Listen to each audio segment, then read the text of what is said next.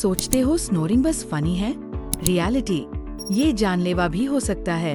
Sleep apnoea एक ऐसी condition है जिसमें नींद के दौरान सांस रुक रुक कर आती है। सिम्टम्स: लाउड स्नोरिंग, रात में बार बार जागना, सुबह उठते ही थकान।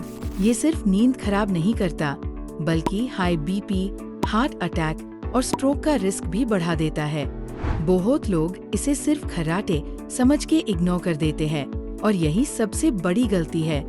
अगर स्नोरिंग रोज की हैबिट बन गई है तो टेस्ट करवाओ। स्लीप एपनिया ट्रीट होने वाला प्रॉब्लम है। Remember, better sleep better life.